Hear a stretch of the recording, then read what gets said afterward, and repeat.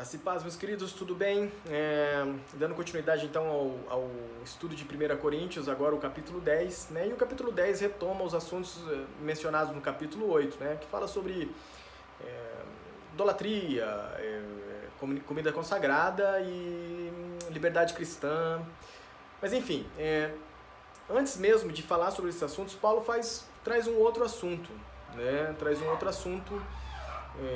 Ou faz uma introdução ali para chegar a esse assunto que a gente citou anteriormente, e ele se utiliza de situações, de acontecimentos que ocorreram com o povo judeu, com o povo hebreu, com os israelitas que saíram do Egito, né, quando estavam caminhando no deserto com Moisés, né. Ele faz ele traz à tona essas histórias, né? E no começo do versículo do capítulo 10 ele faz algumas analogias, né?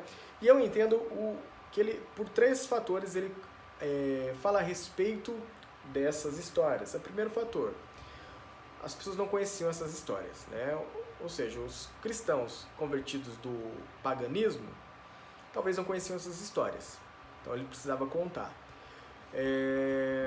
O segundo fator que eu entendo é que eles sabiam essas histórias, mas não entendiam a verdade espiritual contida nelas. Também cristãos vindo do paganismo e cristãos vindo do judaísmo, pode ser esses dois povos, né? Eles até conheciam a história, mas não entendiam a verdade espiritual contidas nelas. O terceiro fator é que eles conheciam essas histórias, até poderiam entender essas verdades espirituais, no entanto, não se aplicava elas a Jesus Cristo. Então, Paulo está trazendo isso a Jesus Cristo. Você vai perceber isso. Então, eu entendo que são esses fatores pelos quais Paulo traz à tona essa história do povo israelita saindo do Egito. No primeiro e no segundo versículo, você vai perceber ali uma analogia muito clara a respeito de batismo, né? Ele até fala ali, foi batizados na nuvem e no mar com respeito a Moisés. Por que com respeito a Moisés? Porque Moisés simboliza Jesus Cristo. Moisés tira o povo do Egito, libertando eles da escravidão. E o Senhor Jesus Cristo nos tira do império das trevas, nos libertando do pecado, né? Da escravidão do pecado. Então Moisés ali simboliza Jesus Cristo. E aí eles são batizados na nuvem e no mar. O que eu entendo? Que a nuvem, quando você vai ler lá a história do povo que saiu do Egito, eles são guiados pela nuvem no deserto. Ou seja, eu entendo que é o batismo no Espírito Santo. Por quê? Porque quando nós somos batizados no Espírito Santo, nós somos guiados então pelo Espírito de Deus. Nós somos guiados pelo Espírito Santo. E batismo no mar. Batismo no mar é o batismo de arrependimento. Nós passamos pela água. Então, o que eu entendo que Paulo está falando assim, olha, esse povo foi batizado no Espírito e na água. Eles passaram por essas duas coisas, na nuvem e no mar, com respeito a Moisés. Moisés era o guia deles, assim como Jesus é o nosso, por crermos que Jesus é o nosso guia, nós nos batizamos no arrependimento na água e somos batizados também no Espírito. Então, é uma comparação a batismo. O terceiro e o quarto versículo, a comparação é a ceia. Ele faz uma analogia com a ceia, porque ele diz assim, na versão NVI diz assim, olha, e todos eles se alimentaram de uma comida, da mesma comida espiritual. Que comida espiritual que eles se alimentavam? O povo no deserto, um maná que caía do céu. Em João 6,50 vai falar assim, olha, Jesus dizendo, eu sou, a partir do versículo 50, assim, olha, eu sou o pão que desceu do céu, né? Eu sou o pão que desceu do céu, ou seja, Jesus é um maná. Então, eles se alimentaram do maná e nós participamos da ceia comendo do pão que simboliza o corpo de Cristo. E aí ele diz assim no versículo 4 também, olha, e eles também beberam de uma mesma bebida espiritual. Essa bebida espiritual qual era na época do deserto? Era a água que fluía, que vertia da rocha. E a rocha simbolizava Jesus Cristo. A rocha simbolizava Jesus Cristo. E hoje nós participamos de um momento de bebermos uma bebida espiritual. Qual seria essa bebida? O vinho, simbolizando o sangue de Cristo. Então, o que nós percebemos aqui? Que a comparação dos dois primeiros versículos é com o batismo, e a comparação com o terceiro e o quarto versículo é com a ceia, né? A bebida espiritual, a comida espiritual e a bebida espiritual. O corpo e o sangue de Cristo, o pão e o vinho, o maná e a água que fluía da rocha, né? E aqui só uma observaçãozinha, no versículo 4 você vai ver dizendo assim, e uma pedra espiritual que o seguia, e essa pedra era Cristo. Há uma tradição rabínica que diz que realmente havia uma rocha que seguia o povo pelo deserto. Não sei se de repente carregada por alguém, né? O pessoal, eles carregavam por onde eles iam, eles carregavam essa rocha, mas há uma interpretação também, e essa é a interpretação que eu tenho, que essa pedra espiritual que seguia eles era a presença de Deus, a bênção do Senhor nunca se apartava daquele povo, né? Amém? Então vamos continuando no versículo 5. O versículo 5 vai dizer assim que mesmo que eles tivessem sido batizados no nuvem e no mar, com respeito a Moisés, e ainda que eles tivessem comido da comida espiritual e bebido de uma bebida espiritual, o Senhor não se agradou de muitos deles, ou seja, Deus só se agradou de Josué e Caleb, porque somente os dois conseguiram alcançar a promessa de Deus. O resto do povo morreu no deserto, é o que diz ali, né? Prostrados no deserto significa morte, morreram no deserto, né? O que é a exortação de Paulo? Olha, meus queridos, não interessa se você é batizado e você ceia. Se você desagradar ao Senhor, se você ter uma vida que desagrada ao Senhor, tomar atitudes que desagradam ao Senhor, você vai acabar morrendo sem viver a eternidade com Cristo. É isso que Paulo está dizendo. E a partir do versículo 6 até o versículo 10, Paulo vai mostrar os motivos pelo qual o Senhor se desagradou daquele povo. E eu entendo, eu consegui ali encontrar 5 motivos, né? Não sei se todos têm esse mesmo entendimento, mas eu, lendo aqui, eu acabei encontrando 5 motivos pelo qual o Senhor se desagradou desse povo, né?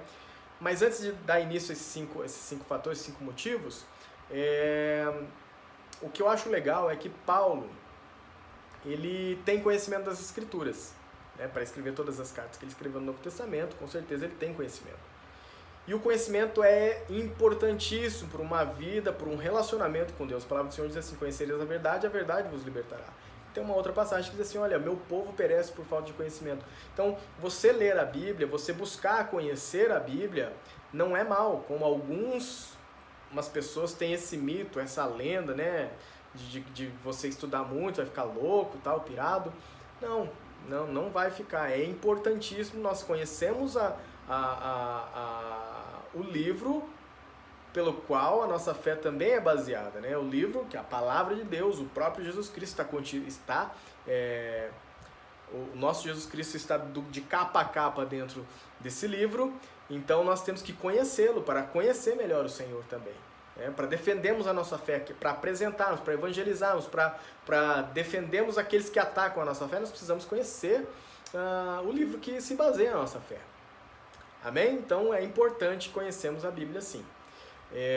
Então vamos lá aos 5 fatores. O primeiro fator que eu entendo, que eu percebi aqui, está logo no versículo 6, que diz assim, olha, se tornar exemplo para nós, a fim de que não cobicemos as coisas más. O primeiro fator que desagradou o Senhor, segundo o que Paulo escreveu aqui, é cobiçar as coisas más, né? E esse cobiçar as coisas más, para mim, é uma referência de Números 11, a partir do versículo 4. Você pode ler até o versículo 34, 35 ali, que você vai perceber, né? O povo começa a cobiçar a comida do Egito, né? Fala, nossa, lá no Egito a gente tinha alho silvestre, tinha melão, e tinha cebola, e tinha isso, e tinha aquilo, pepino, né?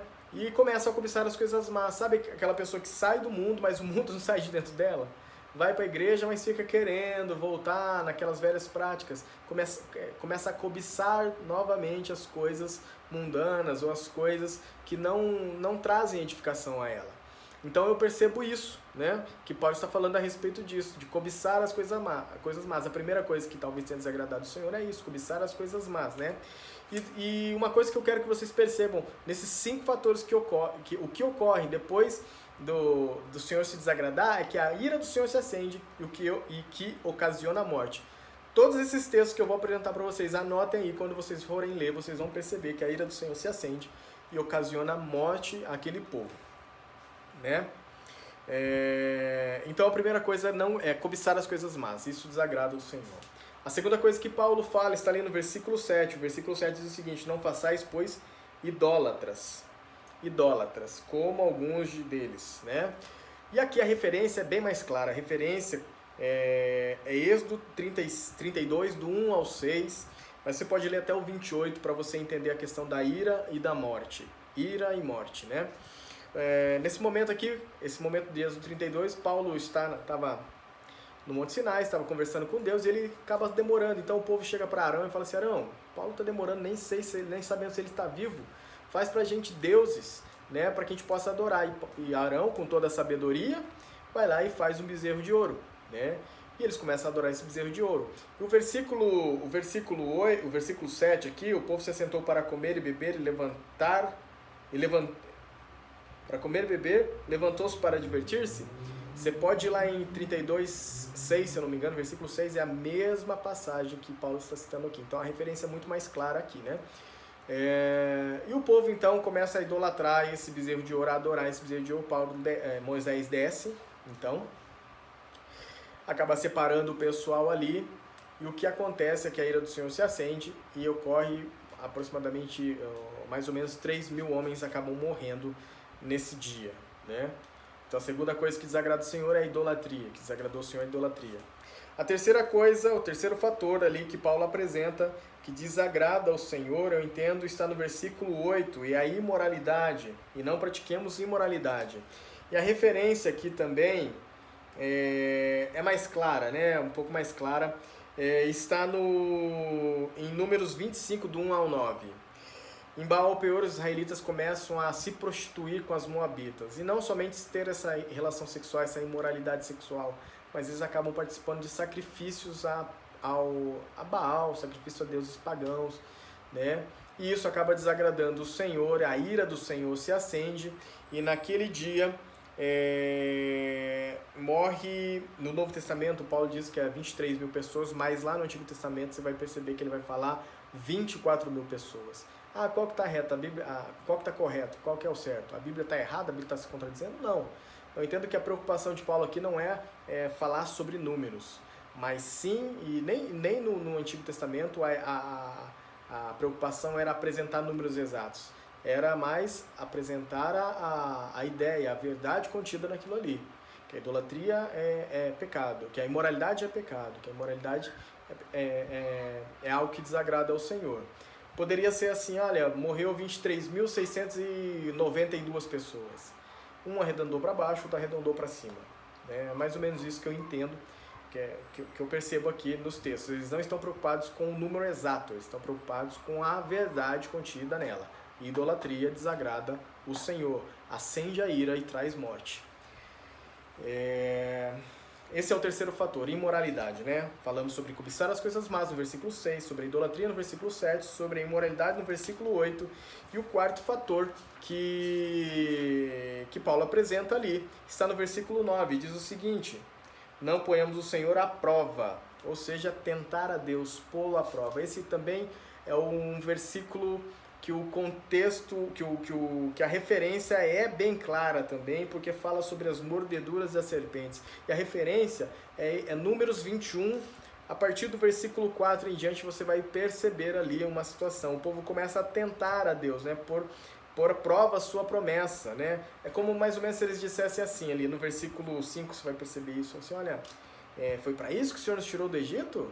O Senhor não é poderoso? Ele não fez uma promessa pra gente? Como é que nós vamos viver desse jeito aqui? Ou era melhor ter ficado lá. O Senhor não é bom? A promessa do Senhor não é verdade? Ele não é homem? E que ele não é Deus? Ele não vai cumprir aquilo que ele prometeu?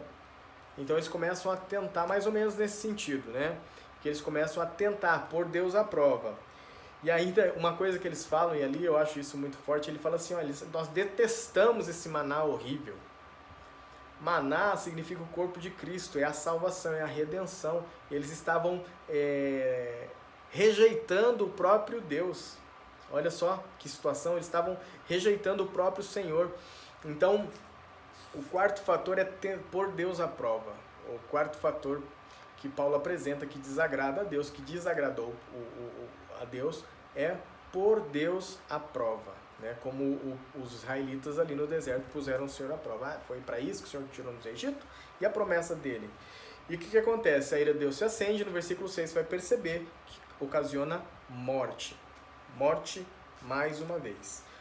O quinto fator que Paulo apresenta, né, o quinto motivo que Paulo apresenta ali está no versículo 10. O versículo 10 diz o seguinte: nem murmureis. Né? Essa questão da murmuração, assim, a referência, tem muitas referências no Antigo Testamento, mas alguns teólogos apontam para uma situação específica que está no texto de número 16, a partir do versículo 41, né? O que acontece antes desse versículo 41? Ocorre a rebelião de Corá, Datã e Abirão, né? Eles falam assim: a congregação aqui é santa, vocês estão achando o quê? Para Moisés e para Arão. Vocês estão achando o quê? Que só vocês é que falam com o Senhor? Ou vocês estão acima do povo de Deus? Né? A congregação toda é santa, né? Vocês não podem se... O Senhor está no meio de todo mundo, está no nosso meio. Vocês não podem se exaltar sobre a congregação, vocês podem estar acima da congregação, né?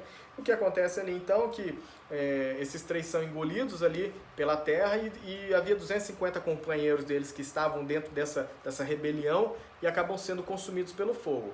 Após isso acontece Êxodo 16:41, eu creio que aqui seria a passagem que faz referência, que Paulo faz referência aqui em 1 Coríntios, capítulo 10, versículo 10, né? Ocorre uma outra rebelião por conta dessas pessoas que morreram contra Moisés, e eles começam a murmurar contra Moisés e Arão, né? Nesse momento, acende-se a ira do Senhor e aproximadamente 14.700 pessoas acabam morrendo. Você vai perceber isso em número 16, 45, 46, né? O que acontece é que uma praga toma aquele povo.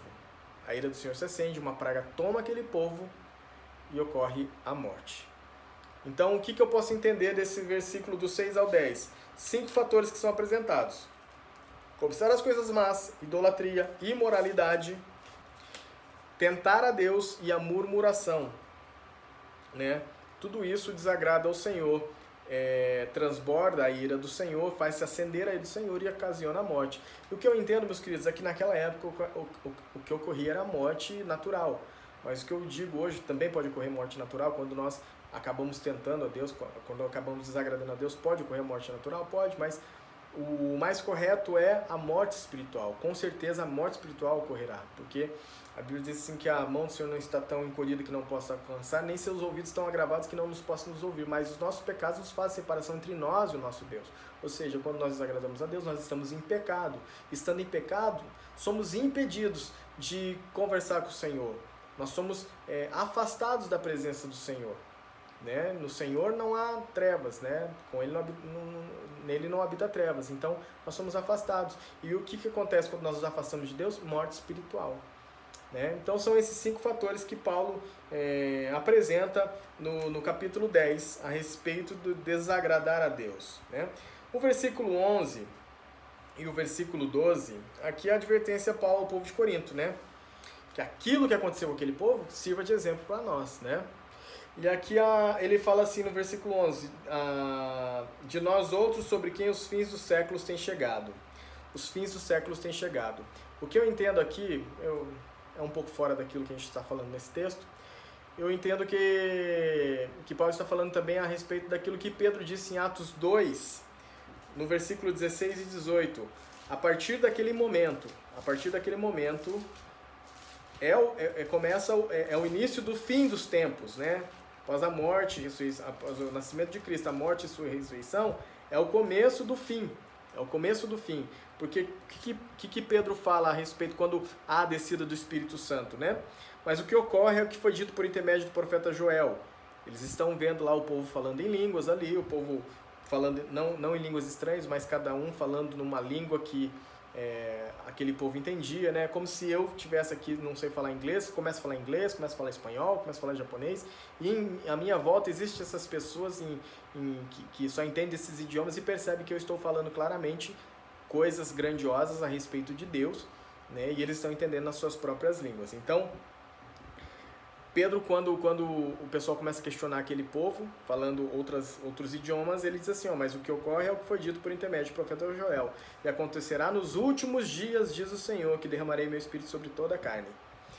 Então, o que eu entendo, que a partir daquele momento foi o início do cumprimento da profecia de Joel, né? Acontecerá que nos últimos dias. Então, Aqui Paulo está falando assim, ó, de nós outros sobre quem os fins dos séculos têm chegado, ou seja, o início do fim começou ali, né?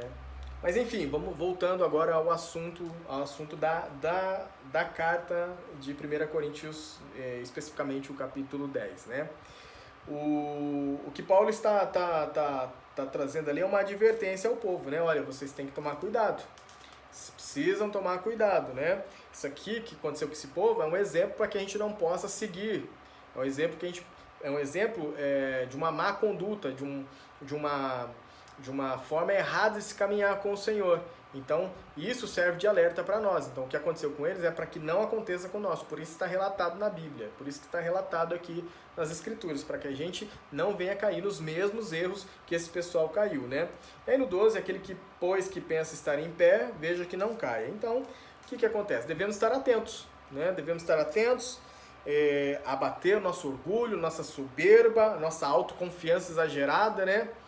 E essa autoconfiança exagerada que independe de uma conduta moral da pessoa. Sabe aquela pessoa que... Eu vou falar de um pastor ou de um líder, que é muito mais fácil. Aquele cara que ele assedia, aquele cara que ele rouba, aquele cara que ele mente, mas é um líder. E ele fala, não, mas eu sou escolhido.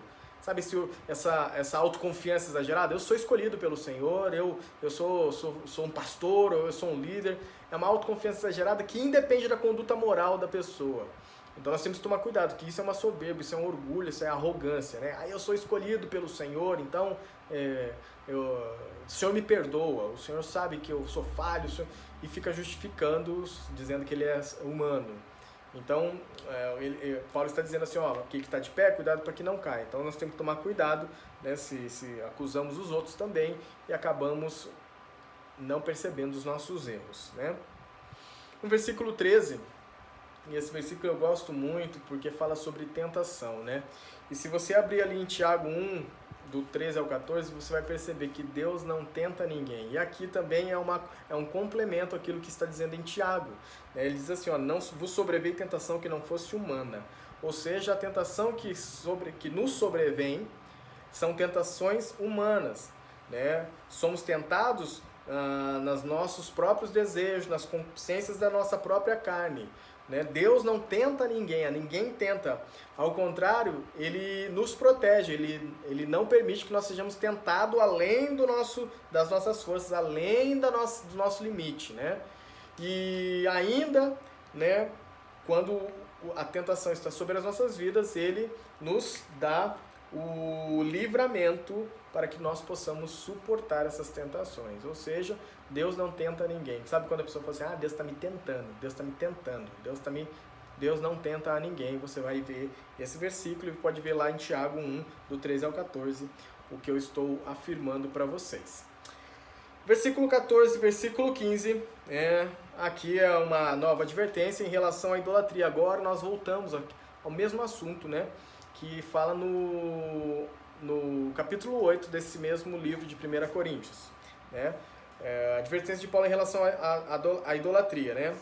E aqui uma coisa assim que fica claro para mim é que Paulo, você percebe assim a humildade de Paulo, quando ele diz assim, olha, falo como criteriosos, julgai vós mesmos o que eu digo, sabe? Paulo está dando poder a essas pessoas para falar assim, olha, percebam, estou te dando poder para você analisar o que eu estou dizendo, olha, vê se o que eu estou dizendo não é o correto. Perceba se o que eu estou dizendo não está certo, né? Julgue você isso que eu estou falando. Então, Paulo, a humildade de Paulo, assim, olha, ele tinha todo conhecimento, ele tinha todo conhecimento do mundo ali a respeito das Escrituras, era um cara zeloso na palavra do Senhor, e ainda assim ele fala assim, julgue o que eu estou falando vocês, veja se eu não estou falando o que é correto. Então aqui eu percebo uma humildade da parte de Paulo ao escrever isso, né? Do 16 ao 21, nesse trecho do capítulo 10,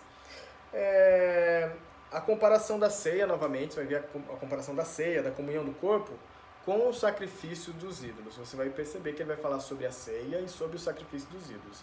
No versículo 16 específico, ele fala assim, olha, porventura a cálice da bênção que abençoamos não é a comunhão do sangue de Cristo? O pão que partimos não é a comunhão do corpo de Cristo? Paulo está fazendo uma pergunta retórica. Assim, não é isso que significa o sangue de Cristo? Não é isso que significa o corpo de Cristo? né? Versículo 16 ele fala isso, né? Uma pergunta retórica afirmando aquilo que ele está dizendo. É isso, não é? É isso, não é? É. Então, o sangue de Cristo é a bênção que nos abençoa, a comunhão do sangue de Cristo, e o pão que partimos é a comunhão do corpo de Cristo. É isso, não é? É. Então ele está afirmando isso de uma forma, através de uma pergunta retórica.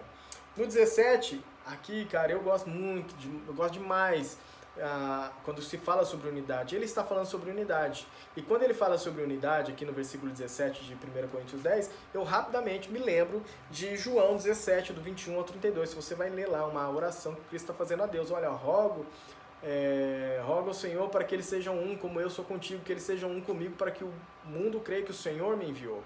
Então, Jesus Cristo está orando a Deus para que nós, como igreja, nós como cristãos, nós como filhos de Deus, sejamos um nele, né? Independente da nossa placa de igreja, independente do nosso corpo físico, né? Independente da nossa posição social, né? Mas nós cremos no mesmo Deus, nós fazemos parte do mesmo corpo. É isso que Paulo está falando, afirmando aqui no versículo 17. No versículo 18, né, eu acredito assim que Paulo está se remetendo, se você ler lá, a respeito daqueles que comiam, se alimentavam dos sacrifícios no altar do Senhor, também faziam parte eram participantes desse altar. Então eu acredito que Paulo está se remetendo aqui aos costumes da lei de Moisés, né? Quando os sacerdotes ofereciam sacrifícios e eles comiam parte desse sacrifício, né? Você vai perceber isso lá em Levítico, no capítulo 7, no versículo 8, versículo 31, você vai perceber isso, que os sacerdotes, eles apresentavam o sacrifício, mas eles também comiam, participavam desse sacrifício também, né? Então eles são participantes do altar. Mas também talvez seja ali uma referência à ceia, né? Como eu disse lá em João 6,50, você vai perceber que ele está falando sobre comer do corpo de Cristo e beber do sangue dele, né, para ter parte com ele. Então, eu entendo assim que esse 18 pode ser uma referência ao Velho Testamento, a Levítico ali, né, que o pessoal oferecia o sacrifício, né, mas comia parte dele, então fazia-se parte desse altar, fazia-se parte desse momento, participantes do altar. Mas também eu entendo que pode ser uma referência à ceia, né? Nós estamos participando do corpo e do sangue de Cristo, né? No versículo 19, novamente pergunta retórica, né? O que eu digo então? O sacrifício ao ídolo é alguma coisa? Ou então, o ídolo é alguma coisa? A resposta é não, não é. Né? Você vai ver no 20 que ele está dizendo assim, não é. Né? Não, nem o ídolo é alguma coisa, nem o sacrifício ao ídolo é alguma coisa, e nem o ídolo é alguma coisa. Eles não têm poder, não têm poder. É isso que Paulo está dizendo, não tem poder. No versículo 20, no versículo 21, aqui Paulo, o que ele diz? Aqui diz que esses ídolos, na verdade, são demônios. Né? Eles têm poder de Deus? Não. É isso que eu quero que vocês entendam. São demônios. Meu Deus, é demônio. Não, mas eles não têm poder. Nosso Deus é poderoso. Nosso Deus é muito mais poderoso. Se você participa da mesa do Senhor, você está protegido pelo Senhor, né? Quando nós participamos do corpo e do sangue de Cristo, o sangue de Cristo nos traz purificação e proteção, né? Eu me lembro daquela passagem de Êxodo 12, na noite de Páscoa lá, que mataram o cordeiro e passaram o sangue nos umbrais da porta. E o local onde o sangue estava passado, a morte não passava por ali. Né? A morte do primogênito não passava ali. Por quê? Porque o sangue de Cristo nos protege. Ou seja, se você está em comunhão com o Senhor, meu Deus, o sangue é demônio, é demônio. Meus queridos, se você está participante do sangue, do corpo e do sangue de Cristo, não há o que você temer. Lógico, se você não está desagradando ao Senhor, você pode até participar do corpo e do sangue sem saber o que você está fazendo, né? É isso que diz lá em 1 Coríntios, no capítulo 11, né? A respeito da ceia. Então você tem que tomar cuidado, se você não está comendo e bebendo sem discernir o corpo. Mas se você come e bebe discernindo o corpo, você está sendo protegido pelo Senhor. Não vai trazer juízo para a sua vida.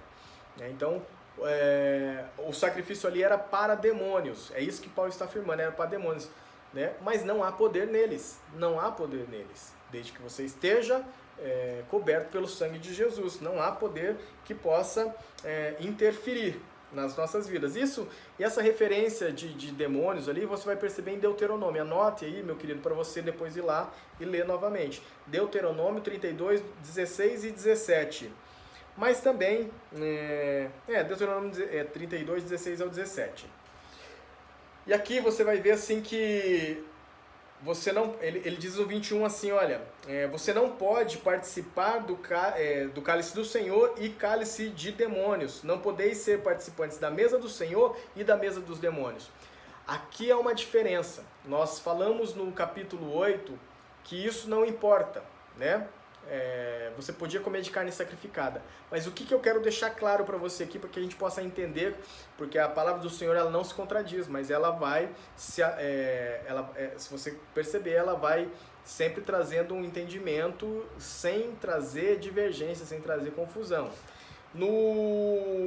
A diferença entre a 1 Coríntios 8 e essa passagem, né? O que está dizendo em 1 Coríntios 8? 1 Coríntios 8 não está falando de participar da mesa dos demônios, né? Não era um ritual, não era um culto, não era um momento de adoração a falsos deuses, não era um momento de sacrifício. Era uma situação pessoal, talvez uma festa, alguém ia lá no mercado, compra aquela carne que foi sacrificada e vai fazer lá na sua casa, porque era mais barato. Então, vamos lá comer uma carne em casa? Vamos lá, tá, beleza, e come. Não era participar da mesa. E aqui, nesse capítulo 10, ele está falando especificamente de participar de um culto pagão. De entrar e sentar na mesa e comer do sacrifício enquanto ele está sendo consagrado ao capeta, consagrado ao demônio. É isso que ele está dizendo. Você não pode participar da ceia do Senhor ali naquele momento de participarmos da ceia e depois ir lá participarmos de um culto pagão, comer comida sacrificada naquele momento de adoração a um falso Deus. Então é isso que Paulo está dizendo, né? A diferença é essa. No capítulo 8, não era um ritual, não era um momento de culto, de adoração. Nesse capítulo em específico, é um momento de culto, de adoração. Então ele está falando assim, você não pode participar do cálice do Senhor e do cálice do demônio. Você não pode participar da mesa do Senhor e da mesa de demônios. É isso que ele está falando. No culto, no momento ali que eles estão sacrificando, você não pode. No momento que eles estão consagrando, você não pode participar. É isso que ele está dizendo. E aí o 22, ele diz o seguinte, o nosso Deus é zeloso. Então, leia lá Deuteronômio 4, 23 e 24, que você vai perceber também a mesma referência. Nosso Deus é um Deus zeloso, né? Então, nós vamos provocar ele? Nós somos mais fortes que ele. Se a gente provocar ele vier com ira sobre nós conseguimos suportar ou segurar o Senhor? Não. Então não provoque o zelo do Senhor participando da mesa do Senhor e da mesa de demônios. É isso que ele está dizendo aqui. Agora, a partir do versículo 23 aqui, Paulo começa a falar novamente sobre a liberdade em Cristo, né? Continua no tema de comida sacrificada, mas fala sobre a liberdade em Cristo. Cara, eu gosto muito dessas coisas. Né? E ele vai citar novamente aqui 1 Coríntios 6,12. E diz assim, todas as coisas são listas, mas nem todas convêm. Todas são listas, mas nem todas edificam. E o que eu gosto assim, que Paulo ele vai complementando a carta dele. Né? Em 1 Coríntios 6,12, quando ele diz assim... todas as coisas me são lícitas, mas nem todas me convêm, né? Ele está falando sobre coisas que não edificarão a nós mesmos. Se você ler o contexto ali de 1 Coríntios 6, você vai perceber que Paulo está falando sobre situações que não edificarão a nós mesmos, que talvez irão nos dominar. Ele está falando que tem coisas que são lícitas para nós, mas não convém fazermos porque pode ser que nós... não estaremos sendo edificados, talvez estaremos sendo dominados. Coisas então que nos prejudicam, tá? Então entendam dessa forma. No capítulo 6, ele está falando de coisas que são lícitas, mas não convém porque nos prejudicarão. E aqui ele está falando de coisas lícitas, mas que não nos convém, por quê? Porque prejudicarão a outros. Olha como Paulo vai complementando as coisas, né? Primeiro eu posso fazer coisas que... Tudo me é lícito, mas nem tudo me convém. Por quê? Porque me prejudica. Agora, tudo me é lícito, mas nem tudo me convém. Por quê? Porque prejudica ao outro. Prejudica o meu próximo. É isso que Paulo está dizendo assim, principalmente quando você lê o 24, que ele diz assim, olha, ninguém busca o seu próprio interesse, sim o de outro. Cara, Paulo é maravilhoso quando ele escreve essas coisas, né? E você vai perceber isso no versículo 33 desse mesmo capítulo, né? Assim, olha, não busque o seu próprio interesse, sim os de outros. No 25 e no 26, né? No 25 e no 26, é um complemento para mim de 1 Coríntios 8, né? Como a gente já tinha falado, né? A comida era vendida dos mercados, muitas vezes é sobra de algum sacrifício, né? Pode-se comer desde que não seja em um culto, né? Isso que Paulo está dizendo. Desde que não seja no momento ali de culto, de adoração pagã, você pode se alimentar desses sacrifícios. Pode-se comer disso, né? E o que veremos nos próximos versículos você não pode comer essa carne, como ele já disse, quando ela está no momento de culto, no momento de adoração pagã, e como veremos nos próximos versículos, quando isso fere a consciência do outro, não a sua, mas a do outro, né? Por que ele diz isso? Você pode comer, mas se está atrapalhando alguém, não coma. Por quê? Porque ele diz assim no 26, porque do Senhor é a terra e a sua plenitude, ou seja, todas as coisas foram criadas por Deus. Tudo é do Senhor. Então não há nada maligno, nada demoníaco. Nesse sentido, não. Porque tudo o Senhor criou. Né? Tudo que tem na terra. Os animais, as aves, o céu, a lua, as estrelas, o sol. Então tudo é do Senhor. No versículo 27, no versículo 28, né? No versículo 27 até o 29, mais ou menos. Cara, isso aqui também eu acho legal. Né? No versículo 27 ao 29. No capítulo 8, quando você vai ler o capítulo 8, leia o capítulo 8 para você trazer um complemento a esse capítulo 10. O capítulo 8 é 13 versículos só, então é facinho de ler. Então, leia ele e você vai perceber isso que eu estou falando aqui no capítulo 10.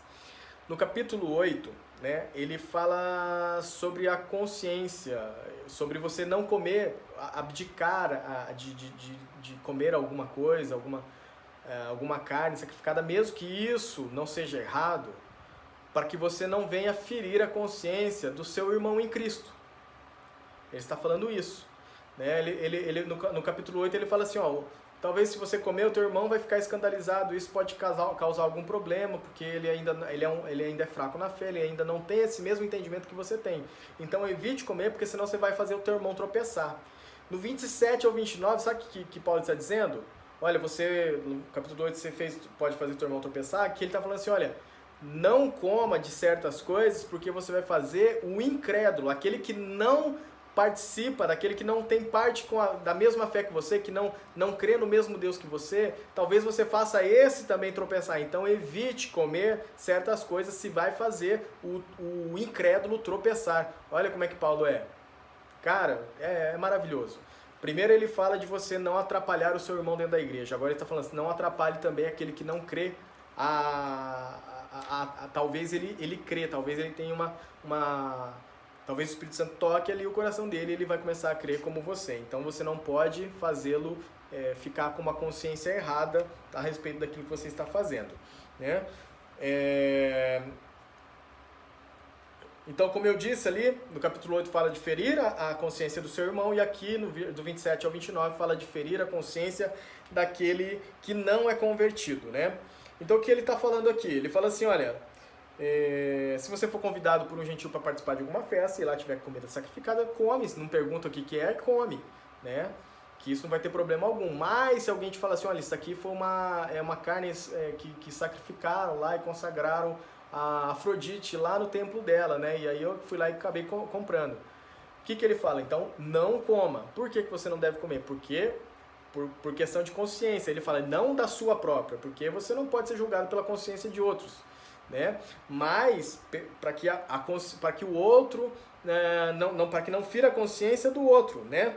Ele diz assim, olha, no 29, de consciência digo não a tua propriamente, mas a do outro, porque há de ser julgada a minha liberdade pela consciência alheia, né? Então ele fala assim, olha, por causa da consciência você não come. Se alguém fala assim, a carne é consagrada, não come. Por quê? Porque o que o incrédulo vai pensar? O Deus dele aceita ele participar da mesa de outros deuses. Então acho que eu vou lá.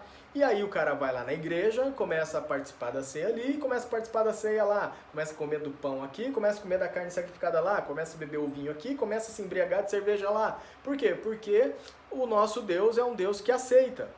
Porém, Paulo já disse, o nosso Deus é um Deus zeloso. No versículo 22 ele diz isso, nosso Deus é um Deus zeloso. Então, se você participa de uma crença, você não pode participar de outra. Então, o que Paulo está falando? Não coma, para que ele não pense isso, para que ele não pense que ele pode crer nesse Deus e crer no outro Deus também. Ele pode servir esse Deus e pode servir ao outro também. Talvez esse incrédulo um dia vá à igreja e pense isso. Então a questão da consciência é essa, né? Paulo está falando assim, preste atenção, não faça o teu irmão tropeçar, aquele que participa da mesma fé, mas não faça o outro, não fira a consciência do outro, deixando ele imaginar isso, alguma coisa nesse sentido. Amém? É isso que Paulo está dizendo aí no versículo 27 e até o versículo 29, né? No versículo 30, Paulo fala sobre assim, olha, se eu participo da ação de graça, porque hei de ser vituperado por causa daquilo que dou graças. Ou seja, Paulo está falando assim, olha, eu oro agradecendo ao Senhor por aquilo que Ele me deu. Não posso ser julgado por isso, não posso ser envergonhado por isso, né? Não posso ser vituperado por isso. Eu consagro o meu alimento ao Senhor, então não tem problema, né? Eu tô lá, o cara veio, traz uma comida aqui consagrada. O que eu faço? Senhor, abençoa esse alimento, consagre ele a Ti, Senhor, que possa me fazer bem fisicamente.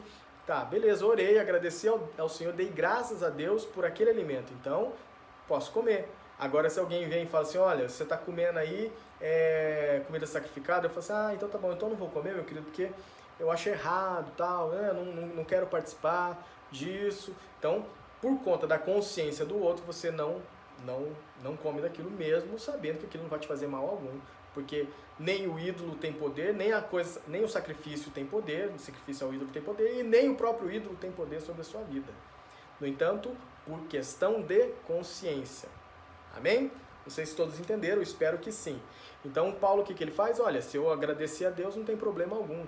Eu agradeço, ofereço ao Senhor e como? Desde que eu não saiba que isso é uma comida consagrada e isso vai ferir a consciência de alguém. No versículo 31 até o 33, né? Então, assim, o que eu percebo?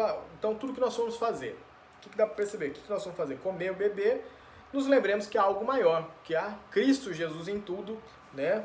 Que há algo maior que tudo isso. E a glória será sempre de Deus. O finalzinho, Paulo já está falando, né? Já está encerrando talvez esse assunto. Então, tudo que você for fazer, quer comais, quer bebais, façais ou outra coisa qualquer, fazer tudo para a glória de Deus. E o 32 e o 33, novamente, é o que está citado no 24, em 1 Coríntios 9, 12, em 1 Coríntios 8, 13. Ele diz assim, não vos tornei causa de tropeço nem para judeus, nem para gentios, nem tampouco para a igreja de Deus. Ou seja, não fira a consciência do teu irmão comendo comida sacrificada, se isso ferirá a consciência dele. Não fira a consciência daquele que é incrédulo, do judeu, do gentil, se isso vai ferir a consciência dele. Não seja tropeço para nenhum desses dois, né? E é isso que Paulo está dizendo. E assim como também eu procuro em tudo ser agradável a todos, não buscando o meu próprio interesse, mas o de muitos, para que sejam salvos. Ou seja, Paulo está abrindo mão dos seus direitos. Mais uma vez, você vai perceber ali em 1 Coríntios 9, 12, em 1 Coríntios 8, 13, em 1 Coríntios 10, 24, não busque o seu próprio interesse, sim o de outrem. Paulo abre mão, mais uma vez, não só pelos irmãos dele, mas por aqueles que são incrédulos, ele abre mão de seus direitos para que as pessoas possam ser salvas, para que as pessoas possam, para ele não dificultar as pessoas a crerem em Jesus Cristo. Amém?